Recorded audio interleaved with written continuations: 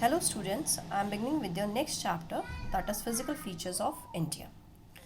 You have already learnt earlier that India is a vast country with varied landforms. What kind of terrain do you live in? If you live in plains, so are familiar with the vast stretches of plain, and in contrast if you live in hilly regions, rugged terrain with mountains and valleys are common features. In fact, our country has practically all major physical features, the earth, that is mountains, plains, deserts, plateaus and islands. You must be wondering how these physical features have been formed. We will learn more about major physical features of India and how have been formed. That is, we all are living in the plain areas. So we know what are the qualities of the plain areas. That is, we have fertile soil. In this, rivers are there. Rivers gives that is water to the agriculture fields. Even the industries can also be set up easily in the plain areas. In the mountainous areas, it is difficult to set up the industries, but there in the soil, humus content is more is there, as well as that is these are the origin of the rivers also, high hilly areas, because of the presence of the glaciers. Next para, we find different types of rocks. Some of are very hard like marble, which has been used for making the Taj Mahal. Some are very soft like soapstone, which is used for making talcum powder. Color of soil varies from one place to another because soil is formed out of different types of rocks. Have you ever thought about the causes of these variation? Most of these variation are caused due to differences in the rock. See why variation is there in the soil, or because of the rocks only. There are different types of rocks are there, that is your igneous, sedimentary and metamorphic rocks. Igneous rock, that is basically lava origin. It is formed of the lava millions of years ago. In India also volcanoes were there. So that lava comes out from the volcano, buried, then it cools down, it solidifies and changes into the igneous rock. It is black in color, gives rise to the black soil. Then is sedimentary rock. It is formed of the sediments.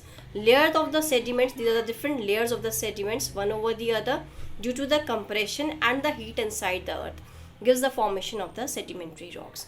Alluvial soil is formed from the sedimentary rocks.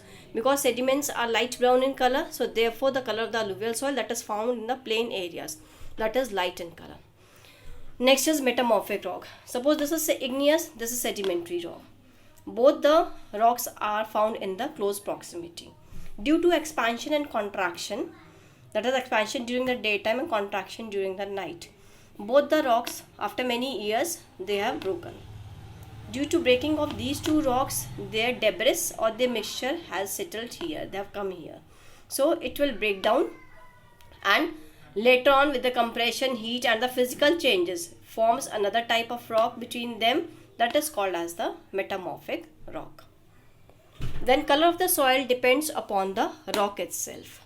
Okay, as I told you earlier, igneous rock is black in color, so it gives formation to the black soil. Red and yellow soil is there. Red and yellow soil, it's red in color because iron is found into it, and yet it becomes yellow when the water is less available. Next, earth. In this earth, that is, we have mountains, plains, plateaus, valleys and deserts.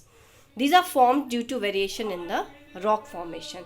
All these are formed when the rock system changes. Earth scientists have attempted to explain the formation of physical features with the help of some theories based on the certain evidences.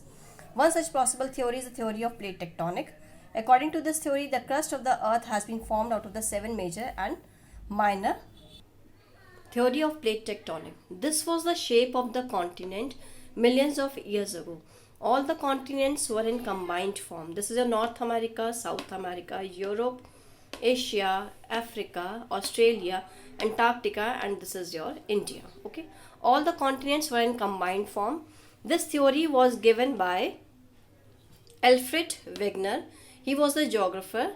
He has said that all the continents were in combined form. He has given this combined structure as the name as Pangaea. And he said it was surrounded by the ocean, only one ocean, that was called as the Panthalassa, name of the ocean. And in between only one sea was there, that was the Tethys Sea. He said that all the continents were in combined form, and later on, due to the drifting of the plates, below these continents plates are present. Due to the movement of the plates, these continents gets separated from each other and gives the formation of the today's world. See, the continents start separating from each other. This is your North America, South America, Africa, Europe, Asia, then Antarctica and your Australia.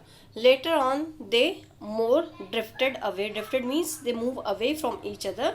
See, North America, South America, Europe, Asia, Africa, Antarctica and your Australia. And whatever the position of these continents are there today, that is later on they took that formation.